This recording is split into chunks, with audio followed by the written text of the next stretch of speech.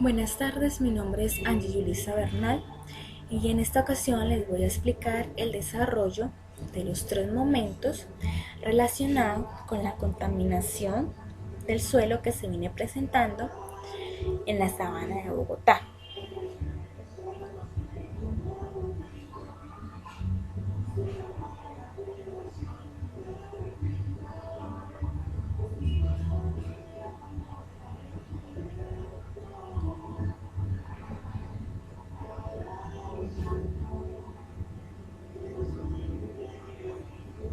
Para dar solución a la problemática de suelos planteada en la guía de actividades, se desarrollaron en el grupo virtual colaborativo los tres momentos. En el momento 1, en esta primera actividad se estableció el tipo de suelo y sus características, así como el impacto de los contaminantes mediante los siguientes pasos.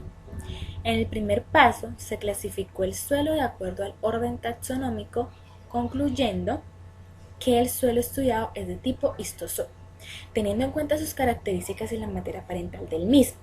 Los histosolos son suelos constituidos por material orgánico procedente de una acumulación superficial del mismo, a causa de un proceso de humidificación. El impedimento de la humidificación suele estar provocado por una anaerobisis condicionada por una prolongada saturación del suelo con agua o por un régimen térmico excesivamente frío.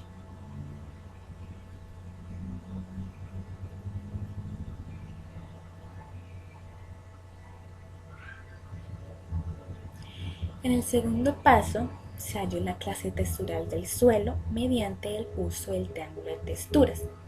Para el desarrollo de este punto, se tuvo en cuenta que la textura del suelo indica el contenido relativo de partículas de diferente tamaño, como la arena, el limo y la arcilla.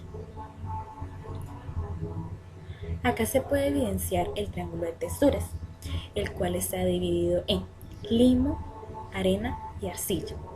Según los datos establecidos en la guía de actividades, el porcentaje de arenas es de 64%, el de los limos 24% y el de arcilla 12%. Según esas medidas que nos asignan, encontramos tres tipos de partículas cuyas clases son: en arena su porcentaje es franco-arenoso, en limo su porcentaje es arcilla y en arcilla su porcentaje es arenoso franco.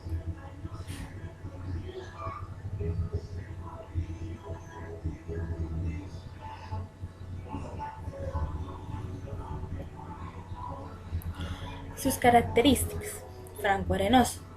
Es reconocible por su color casi negro, debido a que contiene gran cantidad de materia orgánica.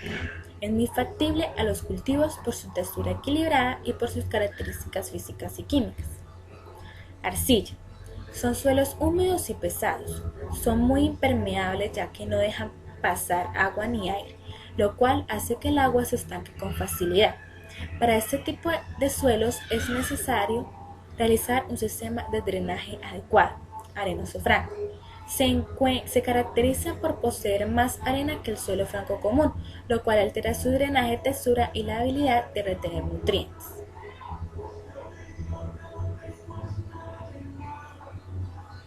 En el tercer paso se clasificó el suelo de acuerdo al pH y al contenido de la materia orgánica. Acá se puede evidenciar la clasificación del pH y el contenido de la materia orgánica, según el pH. Según los datos establecidos, el pH del suelo analizado es de 5,5 y observando la tabla de clasificación del mismo se da por definido que el suelo tiene un pH fuertemente ácido. De acuerdo al contenido de la materia orgánica, el contenido de la materia orgánica del suelo analizado es de 12% y el clima donde se ubica el suelo es clima frío.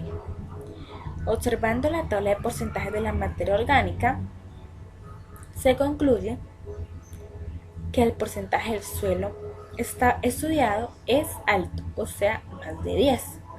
Recordemos que el porcentaje del suelo de contenido de la materia orgánica es de 12%.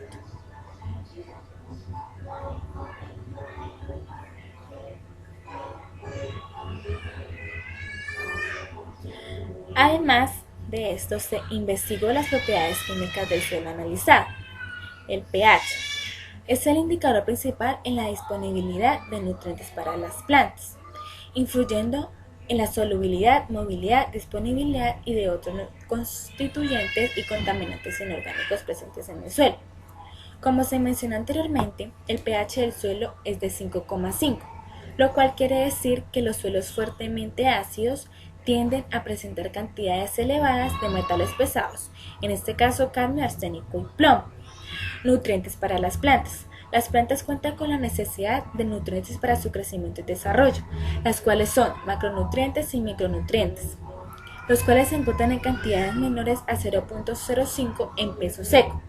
Capacidad de intercambio catiónico. Es una medida de cantidad de cargas negativas presentes en los componentes orgánicos del suelo, arcilla, materia orgánica o sustancias húmicas, y representa las cantidades de cationes que la superficie puede tener, los cuales serán intercambiados por otros cationes de la solución del suelo. Se expresa en C mol C sobre kilogramos de omega sobre 100 gramos de suelo. En este caso, como el suelo estudiado contiene 64% de arena, su valor medio de capacidad de intercambio catiónico es de 1,5 m sobre 100 gramos de suelo.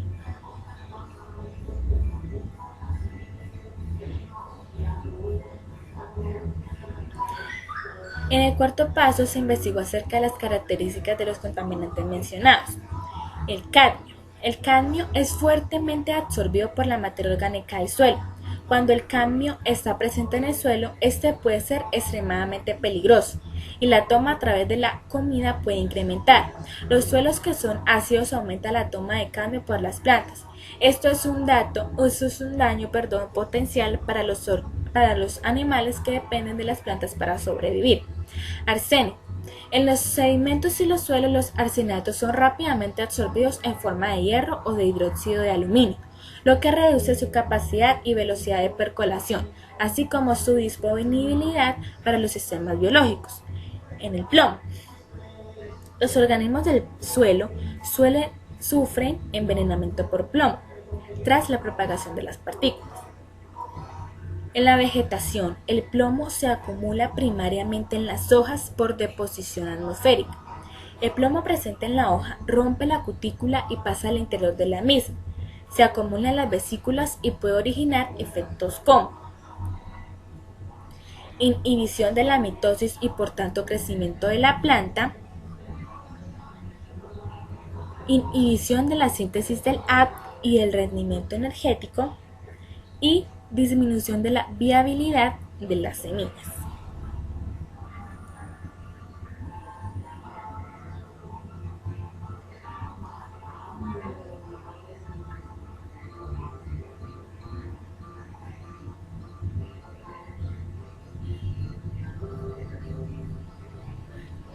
En el momento 2. En este paso se planteó una hipótesis correspondiente a las posibles causas por las cuales se produjo la problemática analizada. Y la hipótesis es la siguiente. En el suelo de la sabana de Bogotá se vio afectada la productividad de los cultivos y además se hallaron pedazos de metales pesados como el cadmio, arsénico y plomo en los tejidos vegetales, lo cual genera toxicidad en los cultivos y en el suelo.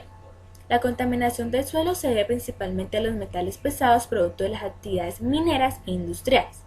Los metales pesados generalmente no se degradan fácilmente en forma natural, debido a que no tienen funciones metabólicas para los seres vivos. Además, suelen ser muy peligrosos para el suelo, debido a que tienden a bioacumularse en diferentes cultivos. Es decir, que se incorporan a organismos vivos por vía alimenticia, mediante el agua y el aire como medio de translocación y dependiendo en su movilidad en dichos medios. Como el riego de la zona proviene de una fuente hídrica superficial que contiene vertimientos industriales, esos vertimientos afectan gravemente al suelo a causa de la toxicidad generada por los metales. Asimismo, se pueden hallar en los vertimientos residuos de tipo industrial, los cuales se depositarán en lagos o sistemas acuíferos. Los metales pesados encontrados en el suelo quedan retenidos o son movilizados en la solución del suelo mediante mecanismos biológicos y químicos. Además, esos metales se redistribuyen y se reparten lentamente entre los componentes de la fase sólida del suelo. Los metales pesados causantes de la contaminación del suelo están en función del pH, el contenido de arcillas, contenido de materia orgánica, capacidad de intercambio catiónico, entre otras propiedades. En este suelo son utilizadas pesticidas y herbicidas para el manejo de los cultivos. Estas sustancias o componentes químicos contaminan a toda la vegetación, el agua y la atmósfera, generando degradación y pérdida del valor del suelo. Esta problemática de contaminación del suelo afecta tanto a los productores de la zona como a los consumidores, generando problemas en la salud, principalmente por intoxicación.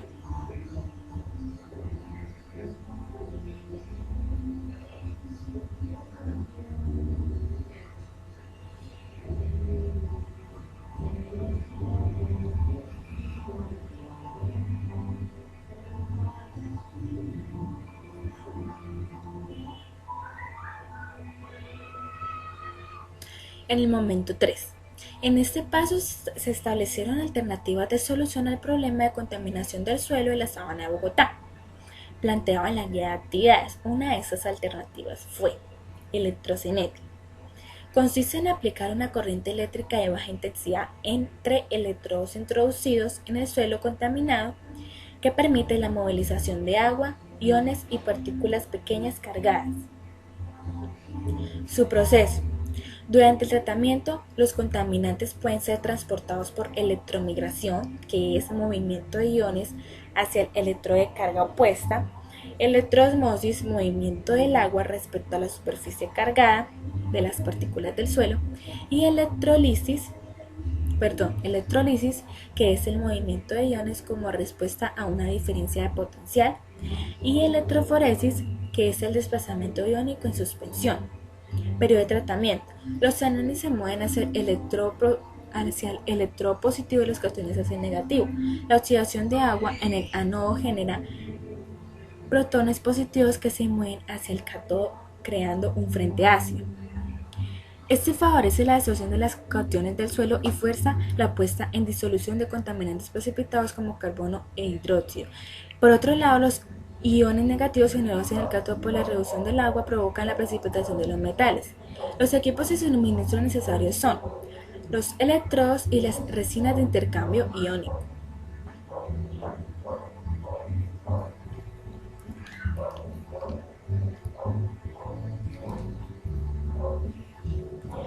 El diagrama del proceso de tratamiento. Este consiste en corriente eléctrica, pozo de purga de agua, pozo de extracción, ánodo positivo, cátodo negativo, suelo contaminado y nivel del agua subterránea.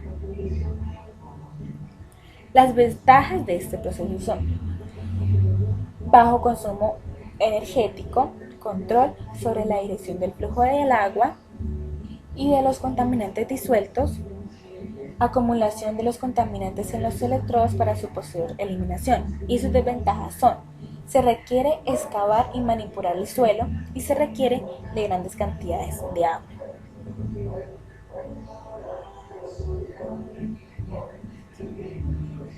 Bueno, esta ha sido toda la explicación de los 3 momentos relacionados con la problemática del suelo presentada en la sabana de Bogotá. Recuerden que quien les habló fue la estudiante Angie Yulisa Bernal. Gracias por su atención, cordial salud.